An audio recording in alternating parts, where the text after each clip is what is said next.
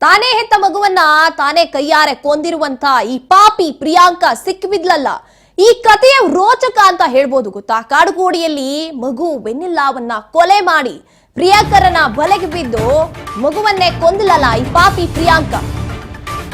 ಇವಳು ಸಿಕ್ಕಿಬಿದ್ದಂತ ಕಥೆನೇ ಒಂದು ರೀತಿಯಾಗಿ ರೋಚಕ ಅಂತ ಹೇಳ್ಬೋದು. ಆರೋಪಿ ಪ್ರಿಯಾಂಕಾ ಸಿಕ್ಕಿಬಿದ್ದಿದ್ದೇಕೆ ಗೊತ್ತಾ? ಪೊಲೀಸರು ಟ್ರ್ಯಾಕ್ ಮಾಡದೇ ಇರುವಂತೆ ಖತರ್ನಾಕ್ ಪ್ಲಾನ್ ಮಾಡಿದ್ಲು ಈ ಕಿರಾತಕಿ. ಇನ್ನು ಪ್ರಕರಣದಿಂದ ತಪ್ಪಿಸ್ಕೊಳ್ಳೋಕೆ ಪ್ಲಾನ್ ಮಾಡಿರ್ತಾಳೆ. ಕೋರ್ಟ್ನಲ್ಲಿ ನಿರೀಕ್ಷಣಾ ಜಾಮೀನನ್ನ ರದ್ದಾಗ್ತಾ ಇದ್ದಂತೆ ಎಸ್ಕೇಪ್ ಆಗಿದ್ದಂಥದ್ದು. 5 ಲಕ್ಷಕ್ಕೂ ಹೆಚ್ಚು ಹಣದೊಂದಿಗೆ ಎಸ್ಕೇಪ್ ಆಗಿರ್ತಾಳೆ ಇವಳು. ಮೈಸೂರಿನ ಹೋಟೆಲ್ನಲ್ಲಿ 2 ದಿನ ವಾಸ್ತವ್ಯ ಹೂಡಿರ್ತಾಳೆ ಪ್ರಿಯಾಂಕಾ. ಇನ್ನು ವಿಚಾರ ಬಹಿರಂಗ ಆಗ್ತಾ ಇದ್ದಂತೆ ಹೋಟೆಲ್ನಿಂದ ಪರಾರಿಯಾಗಿರ್ತಾಳೆ. ಎಸ್, ಯಾವಾಗ ಈ ಕೇಸ್ ದಾಖಲಾಯಿತು ಇವಳನ್ನ ಟ್ರ್ಯಾಕ್ ಮಾಡೋಕೆ ಆರಂಭ ಮಾಡ್ತಾರೆ ಪೊಲೀಸರು. ಆದ್ರೆ ಇದೆಲ್ಲ ಇವಳಿಗೆ ಗೊತ್ತಾಗ್ತಾ ಇತ್ತು. ಯಾವಾಗ ನಾನು ಸಿಕ್ಕಾಕೊಳ್ತೀನಿ ಅನ್ನುವಂಥದ್ದು ಗೊತ್ತಾಯ್ತು, ಒಂದೊಂದಾಗೆ ಪ್ಲಾನ್ಗಳನ್ನ ಮಾಡ್ಕೊಂಡು ಎಸ್ಕೇಪ್ ಆಗೋಕೆ ಆರಂಭ ಮಾಡ್ತಾಳೆ. ಮೈಸೂರಿನಲ್ಲಿ ಇರ್ತಾಳೆ ಹೋಟೆಲ್ನಲ್ಲಿ. ಯಾರು ನನ್ನ ಕಂಡುಹಿಡಿಯೋಕ್ಕಾಗೋದಿಲ್ಲ, ಇಲ್ಲಿಗೆ ಬಂದು ಯಾರು ನನ್ನ ಚೆಕ್ ಮಾಡ್ತಾರೆ ಅಂತ. ಅಲ್ಲಿಗೂ ಬರ್ತಾ ಇದೆ ಇದು ಮ್ಯಾಟ್ರೋ ಅಂತ ಯಾವಾಗ ಗೊತ್ತಾಯ್ತು, ಅಲ್ಲಿಂದನೂ ಜಾಗ ಖಾಲಿ ಮಾಡ್ಕೊಂಡು ಪರಾರಿಯಾಗೋಕೆ ಟ್ರೈ ಮಾಡ್ತಾಳೆ. ಇನ್ನು ಈ ಮೋಹನ್ ಸಿಕ್ಕಾಕೊಂಡಿದ್ದಾನೆ ಅಂತ ಕೂಡ ಗೊತ್ತಾಯ್ತು. ಇನ್ನು ನೆಕ್ಸ್ಟ್ ನಂದು ಈಗ ಆಟ, ಅಥವಾ ಈಗ ನಾನು ಸಿಕ್ಕಾಕೊಂಡೇ ಬಿಡ್ತೀನಿ ಅಂತ ಯಾವಾಗ ಅವಳಿಗೆ ಗೊತ್ತಾಯ್ತು, ಒಂದೊಂದೇ ಕಡೆಗಳಲ್ಲಿ ಎಸ್ಕೇಪ್ ಹಾಕೊಂಡು ಹೋದ್ಲು. ಏನ್ ಪಾರ್ಟಿ ಆಯ್ತು, ಪಾರ್ಟಿ ಆಗ ನಂತರದಲ್ಲಿ ಆ ಮಗುನ ಕೊಂದ್ರು ಪ್ಲಾನ್ ಮಾಡ್ಕೊಂಡು. ಅಲ್ಲಿಂದ ಯಾವಾಗ ಮೋಹನನ್ನ ಅರೆಸ್ಟ್ ಮಾಡಿದ್ರು, ಇವಳು ಸಿಕ್ಕಾಕೊಂಡಿಲ್ಲ ಅಂತ ಗೊತ್ತಾಯ್ತು, ಇವಳಿಗೆ ಇನ್ನು ನನಗೆ ಉಳಿಗಾಲ ಇಲ್ಲ, ಹೇಗಾದ್ರೂ ಯಾರಿಗೂ ಸಿಗದೆ ಕಣ್ ತಪ್ಪಿಸ್ಕೊಂಡು ಹೋಗ್ಬಿಡೋಣ ಅಂತ ಪರಾರಿ ಆಗಿದ್ಲು.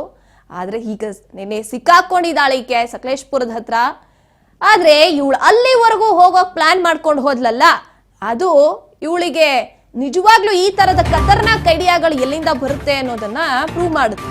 ಬೆಂಗಳೂರಿನಲ್ಲಿ 6 ವರ್ಷದ ಬಾಲಕಿ ವೆನ್ನೆಲ್ಲಾನ ಕೊಂದಿರುವಂತ ಈ ಪಾಪಿಗಳೇನಿದ್ದಾರೆ, ಸಕಲೇಶ್ಪುರದ ಸ್ನೇಹಿತನ ನಿವಾಸಕ್ಕೆ ಹೋಗಿರ್ತಾಳೆ ಈ ಪಾಪಿ ಪ್ರಿಯಾಂಕಾ. ನನ್ ಮಗು ಸತ್ತೋಗಿದೆ, ಕೊಲೆ ಕೇಸ್ನಲ್ಲಿ ಸ್ನೇಹಿತ ಅರೆಸ್ಟ್ ಆಗಿದ್ದಾನೆ, ಈ ಕೇಸ್ನಲ್ಲಿ ನಾನೇ ಸಿಕ್ಕಾಕೊಂಡ್ಬಿಡ್ತೀನಿ ಅನ್ನುವಂಥ ಭಯದಲ್ಲಿ 5 ದಿನ ಕಸ್ಟಡಿಗೆ ನೀಡಿ ಆದೇಶವನ್ನ ಕೂಡ ಪೊಲೀಸರು ಪಡ್ಕೊಂಡಿದ್ದಾರೆ. ಇವಳನ್ನ ಪ್ಲಾನ್ ಮಾಡಿಕೊಂಡು ಎಸ್ಕೇಪ್ ಆಗೋದಕ್ಕೆ ಪ್ರಯತ್ನ ಪಟ್ಟಿದ್ಲು. ಪ್ರಕರಣದಿಂದ ತಪ್ಪಿಸ್ಕೊಳ್ಳೋಕೆ ಪ್ಲಾನ್ ಮಾಡಿದ್ಲು ಈ ಪ್ರಿಯಾಂಕಾ. 5 ಲಕ್ಷಕ್ಕೂ ಹೆಚ್ಚು ಹಣದೊಂದಿಗೆ ಎಸ್ಕೇಪ್ ಆಗಿರ್ತಾಳೆ ಇವಳು. ಇಲ್ಲಿ ನೋಡಿ, ಇವಳು ಹಣನೂ ಬಿಟ್ಟಿಲ್ಲ. ಈ ಕಡೆ ನಾನು ಸಿಕ್ಕಾಕೊಂಡ್ರು ಪರವಾಗಿಲ್ಲ, ಹಣ ಮಾತ್ರ ನಂದಾಗ್ಬೇಕು ಅಂತ. ಎಷ್ಟು ದುಷ್ಟಳಿರ್ಬೇಕು ಇವಳು. ಇವಳನ್ ತಾಯಿ ಅಂತ ನಿಜವಾಗ್ಲೂ ಬೇರೆ ತಾಯಂದ್ರು ಇರ್ತಾರಲ್ವಾ, ಅವರು ತಲೆ ತಗ್ಸುವಂತ ಕೆಲಸಗಳನ್ನ ಮಾಡ್ತಾ ಇದ್ದಾಳೆ. ಯಾರ ಮೇಲೂ ನಂಬಿಕೆ ಇಲ್ಲ. ಇಡೀ ಜಗತ್ತಲ್ಲಿ ನಮ್ಮನ್ನ ಕಾಪಾಡುವಂಥದ್ದು ಯಾರೇನೇ ಅಂದ್ರೂ ಕೂಡ, ಯಾರು ನಮ್ಮ ಪರವಾಗಿಲ್ಲ ಅಂದ್ರೂ ಕೂಡ, ನನ್ನ ಹೆತ್ತ ತಾಯಿ ನನ್ನ ಪರವಾಗಿರ್ತಾಳೆ, ಅವಳ ಹತ್ರ ಇದ್ರೆ ನಾನು ಸೇಫ್ ಅಂತ ಜಗತ್ತು ಅಂದ್ಕೊಂಡಿದೆ. ಈ ತರ ಪ್ರಕರಣಗಳನ್ನು ನೋಡಿದಾಗ ತಾಯಿನೂ ಅನುಮಾನ ದೃಷ್ಟಿಯಿಂದ ನೋಡುವಂಥದ್ದು. ನಿಜವಾಗ್ಲೂ ನಮ್ಮ ತಾಯಿ ಅಂದ್ರೆ ನಾನು ನೆನೆಸ್ಕೊಂಡ್ರೆ, ಇಲ್ಲ ನಾನು ಎಷ್ಟೇ ನನ್ನ ತಾಯಿ ನನ್ನ ಎಷ್ಟೇ ಬೈದ್ರು ಹೊಡೆದ್ರು ಕೂಡ ನಾನಂತೂ ನನ್ನ ತಾಯಿನ ಆ ದೃಷ್ಟಿಯಿಂದ ನೋಡೋದಿಲ್ಲ, ಅನುಮಾನ ದೃಷ್ಟಿಯಿಂದ ನೋಡೋದಿಲ್ಲ ಅಂತ ಅನ್ಕೊಂಡಿರ್ತೀವಿ. ಅಂತ ಒಂದು ನಾವು ಇಟ್ಟಿರುವಂತ ನಂಬಿಕೆನೆ ಹುಸಿ ಮಾಡುವಂತ ತಾಯಂದ್ರು, ಇಂಥ ನೀಚ ತಾಯಂದ್ರು ಇರ್ತಾರ, ನಿಜವಾಗ್ಲೂ ಕೂಡ ಆತಂಕ ಆಗುತ್ತೆ. ಯಾರನ್ನ ನಂಬೋದು ಜಗತ್ತಲ್ಲಿ? ಹೆತ್ತ ತಾಯಿನೇ ನಂಬಕ್ಕಾಗಲ್ಲ ಅಂದ್ರೆ ಇನ್ಯಾರನ್ನ ನಂಬಬೇಕು ನಾವು? ಕೆಲವೊಂದು ಸಂದರ್ಭಗಳಲ್ಲಿ ನಾವು ಅನ್ಕೋತೀವಿ, ಯಾರೇ ನನ್ನ ಬಿಟ್ಟೋದ್ರು ಕೂಡ ನನ್ನ ತಂದೆ ತಾಯಿ, ಅದರಲ್ಲೂ ತಾಯಿ ನನ್ನ ಬಿಟ್ಕೊಡೋದಿಲ್ಲ, ನನ್ನ ತಾಯಿ ಕೊನೆವರೆಗೂ ನನ್ನ ಜೊತೆಲಿದ್ರೆ ಸಾಕು, ನಾನು ಏನ್ ಬೇಕಾದ್ರೂ ಸಾಧಿಸ್ತೀನಿ ಅಂತ ಅನ್ಕೊಂಡಿರ್ತೀವಿ.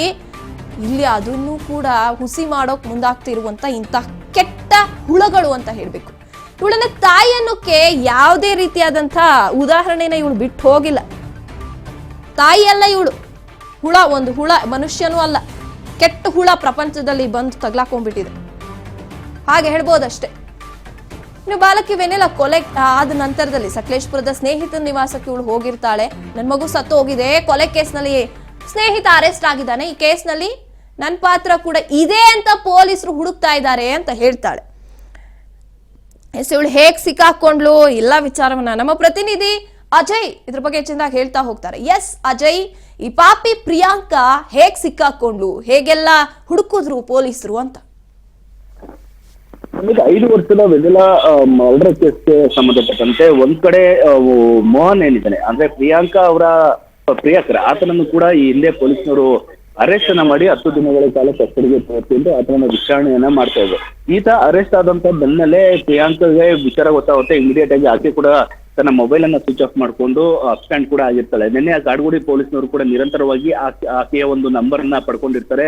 ಜೊತೆಗೆ ಅವರ ಮನೆಯವರದ ನಂಬರ್ ಅನ್ನು ಕೂಡ ಪಡ್ಕೊಂಡು ಆ ಒಂದು ಸಿಡಿಆರ್ ಹಾಕುವಂತ ಕೆಲಸಗಳು ಕೂಡ ಆಗ್ತಾ ಇರುತ್ತೆ. ಯಾವ ಅನ್ನೋನ್ ನಂಬರ್ ಇಂದ ಆಕೆ ಮಾತಾಡ್ತಾ ಇದ್ದಾಳೆ, ಯಾವ ಲೊಕೇಶನ್ ಅಲ್ಲಿ ಇದ್ದಾಳೆ ಅನ್ನುವಂತ ಪತ್ತೆ ಮಾಡುವಂತ ಕೆಲಸವನ್ನ ಪೊಲೀಸ್ನವರು ಮಾಡ್ತಾ ಇದ್ರು. ಆ ಒಂದು ಸಂದರ್ಭದಲ್ಲಿ ಆಕೆ ಒಂದು ಬೇರೆ ನಂಬರ್ ನಲ್ಲಿ ಒಂದು ಕಾಂಟ್ಯಾಕ್ಟ್ ಅನ್ನ ಇಟ್ಕೊಂಡು ಅವರ ಕುಟುಂಬಸ್ಥರ ಜೊತೆ ಮಾತನಾಡುವಂತ ಕೆಲಸ ಆಗ್ತಾ ಇತ್ತು. ಹೀಗಾಗಿ ಆ ನಂಬರ್ ನ ಪಡೆದಂತ ಕಾಡ್ಗೋಡಿ ಪೊಲೀಸ್ನವರು ನೇರವಾಗಿ ಆಕೆಯ ಒಂದು ಟವರ್ ಲೊಕೇಶನ್ ಅನ್ನ ಪತ್ತೆ ಮಾಡ್ತಾರೆ. ಆಕೆ ಸಕಲೇಶ್ಪುರದಲ್ಲಿ ಇರುವಂತ ಮಾಹಿತಿ ಕೂಡ ಪೊಲೀಸರಿಗೆ ಸಿಗುತ್ತೆ. ಹೀಗಾಗಿ ನೆನ್ನೆ ಒಂದು 3:30-4 ಗಂಟೆ ಸುಮಾರಿಗೆ ನೇರವಾಗಿ ಸಕಲೇಶ್ಪುರಕ್ಕೆ ಹೋದಂತ ಪೊಲೀಸರು ಆಕೆಯನ್ನ ಅರೆಸ್ಟ್ ಮಾಡ್ಕೊಂಡು ಸಂಜೆ 5 ಗಂಟೆ ಬೆಂಗಳೂರಿಗೆ ಕರ್ಕೊಂಡ್ ಬರ್ತಾರೆ. ನಂತರ ಆಕೆಯನ್ನ ನ್ಯಾಯಾಧೀಶರ ಮುಂದೆ ಹಾಜರುಪಡಿಸಿದ ನಂತರವಾಗಿ 14 ದಿನಗಳ ಕಾಲ ಕಸ್ಟಡಿಗೆ ಪೊಲೀಸರು ಕೂಡ ಕೇಳ್ತಾರೆ. ಆದ್ರೆ ನ್ಯಾಯಾಧೀಶರು 5 ದಿನಗಳ ಕಾಲ ಪೊಲೀಸ್ ಕಸ್ಟಡಿಗೆ ಕೊಡ್ತಾರೆ. ನಂತರ ಆಕೆಯನ್ನ ಇಮಿಡಿಯೇಟ್ ಆಗಿ ವಶಕ್ಕೆ ಪಡೆದಂತ ಪೊಲೀಸರು ಅರೆಸ್ಟ್ ಪ್ರೊಸೀಜರ್ ಅನ್ನು ಕೂಡ ಮಾಡಿ ನಂತರವಾಗಿ ನಿನ್ನೆಯಿಂದಲೂ ಕೂಡ ನಿರಂತರವಾಗಿ ವಿಚಾರಣೆಯನ್ನ ಮಾಡ್ತಾ ಇದ್ದಾರೆ. ನಿನ್ನೆ ಕೂಡ ವಿಚಾರಣೆಯನ್ನ ಮಾಡಿದ್ರು. ಇವತ್ತು ಈ ಇಬ್ರು ಕೂಡ ಅಂದ್ರೆ ಪ್ರಿಯಕರ ಮೋಹನ್ ಸೇರಿದಂತೆ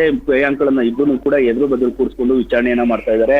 ಜೊತೆಗೆ ಈ ಒಂದು ಕೊಲೆಯಲ್ಲಿ ಭಾಗಿಯಾಗಿರೋದು ನೇರವಾಗಿ ಪ್ರಿಯಾಂಕಾ ಇದ್ದಾಳ ಅಥವಾ ಸಾಕ್ಷಿ ನಾಶ ಮಾಡೋದಕ್ಕೆ ಯತ್ನವನ್ನ ಮಾಡಿಲ್ಲ ಅಥವಾ ಕೊಲೆಯಲ್ಲಿ ಈತನ ಪಾತ್ರವನ್ನ ವಹಿಸಿಲ್ಲ ಅನ್ನುವಂಥ ವಿಚಾರಣೆಯನ್ನ ಮಾಡ್ಲಾಗ್ತದೆ. ಯಾಕಂದ್ರೆ ಮೋಹನ್ ಕೂಡ ಅರೆಸ್ಟ್ ಆದಂತ ಸಂದರ್ಭದಲ್ಲಿ ನಾನೇ ಕೊಲೆ ಮಾಡಿದ್ದೆ ಅಂತೇಳಿ ನೇರವಾಗಿ ಒಪ್ಕೊಂಡಿದ್ದ.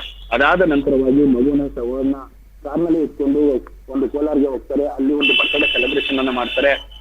ಅದಾದ ನಂತರವಾಗಿ ಏನೂ ಆಗಿಲ್ಲ ಅನ್ನುವಂತ ರೀತಿಯಲ್ಲಿ ತಿರ್ಗಾ ನೈಟ್ 1:30-2 ಗಂಟೆ ಸುಮಾರಿಗೆ ವಿಲ್ಲಾಗೆ ಬರ್ತಾರೆ. ನಿರಂತರವಾಗಿ 12 ಗಂಟೆಗಳ ಕಾಲ ಮಗುವಿನ ಶವದ ಮುಂದೆ ಇದ್ರೂ ಕೂಡ ನಾಳೆ ಏನನ್ನ ಮಾಡ್ಬೇಕು, ಯಾವ ರೀತಿಯಾಗಿ ಇದು ಸಹಜ ಸಾವು ಅನ್ನೋದನ್ನ ಪ್ರೂವ್ ಮಾಡೋದಕ್ಕೆ ಏನೆಲ್ಲ ಬೇಕು ಅನ್ನೋಂತ ಪ್ಲಾನ್ ಅನ್ನ ರೆಡಿ ಮಾಡ್ಕೊಂತಾರೆ. ಅದೇ ರೀತಿಯಾಗಿ ಬೆಳಗ್ಗೆ ಶವವನ್ನ ಕ್ಲೀನ್ ಆಗಿ ವಾಶ್ ಮಾಡಿ ಸ್ನಾನವನ್ನ ಮಾಡಿಸಿ ಬೇರೆ ಬಟ್ಟೆಯನ್ನ ಹಾಕಿ ರೆಡಿ ಮಾಡಿ ಆ ಮಗುವನ್ನ ನೇರವಾಗಿ ಖಾಸಗಿ ಆಸ್ಪತ್ರೆಗೆ ಕರ್ಕೊಂಡು ಹೋಗಿ ಶವವನ್ನ ಅಲ್ಲಿ ಮಗು ಹೀಗೆ ಮಲಗಿತ್ತು, ಊಟ ಮಾಡಾದ್ಮೇಲೆ ರಾತ್ರಿ ಇದ್ದಕ್ಕಿದ್ದಂಗೆ ಹೇಳ್ತಾ ಇಲ್ಲ ಅನ್ನುವಂತ ರೀತಿಯಲ್ಲಿ ಬಿಂಬಿಸುವಂತ ಯತ್ನವನ್ನ ಮಾಡ್ತಾರೆ.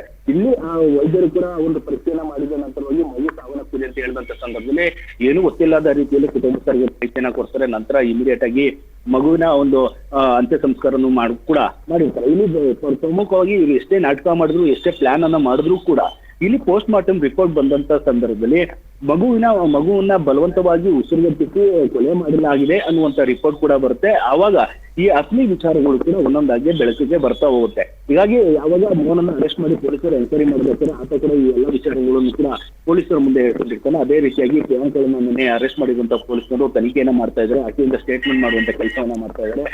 ಜೊತೆಗೆ ಇಲ್ಲಿ ಪ್ರಿಯಾಂಕಳ ಮೇಲೆ ಪ್ರಮುಖವಾಗಿ ಆಕೆ ಸಾಕ್ಷಿಯನ್ನ ನಾಶ ಮಾಡಿರುವಂತದ್ದು ಪ್ರಮುಖವಾಗಿ ಗೊತ್ತಾಗ್ತಾ ಇದೆ. ಹೀಗಾಗಿ ಈ ಎಲ್ಲ ವಿಚಾರವನ್ನು ಮುಂದೆ ಇಟ್ಕೊಂಡು ಪ್ರಿಯಾಂಕಳನ್ನ ಒಂದು ವಿಚಾರಣೆ ಮಾಡ್ತಾ ಇದ್ದಾರೆ. ಅದ್ರ ಜೊತೆಗೆ ಪ್ರಿಯಾಂಕಾ ಅರೆಸ್ಟ್ ಆಗೋಕ್ಕಿಂತ ಮುಂಚಿತವಾಗಿ ಕೊಲೆ ಆದಂತ ಸಂದರ್ಭದಲ್ಲಿ ಕೂಡ ಯಾವ ರೀತಿಯಾಗಿ ನಡ್ಕೊಂಡಿದ್ರು ಅನ್ನುವಂತ ವಿಚಾರಗಳು ಕೂಡ ಅವನನ್ನಾಗಿ ಬೆಳಕಿಗೆ ಬರ್ತಾ ಇದೆ. ಸದ್ಯ ಆಕೆ ಕೊಡುವಂತ ಸ್ಟೇಟ್ಮೆಂಟ್ ಮೇಲೆ ಮತ್ತಷ್ಟು ಈ ಒಂದು ಕೊಲೆ ಪ್ರಕರಣ ತಿರುವು ಪಡ್ಕೊಳ್ಳುವಂತ ಚಾನ್ಸಸ್ ಕೂಡ ಇರುವಂತದ್ದು. ಥ್ಯಾಂಕ್ ಯು ಅಜಯ್ ನಿಮ್ಮೆಲ್ಲ ಮಾಹಿತಿಗಾಗಿ.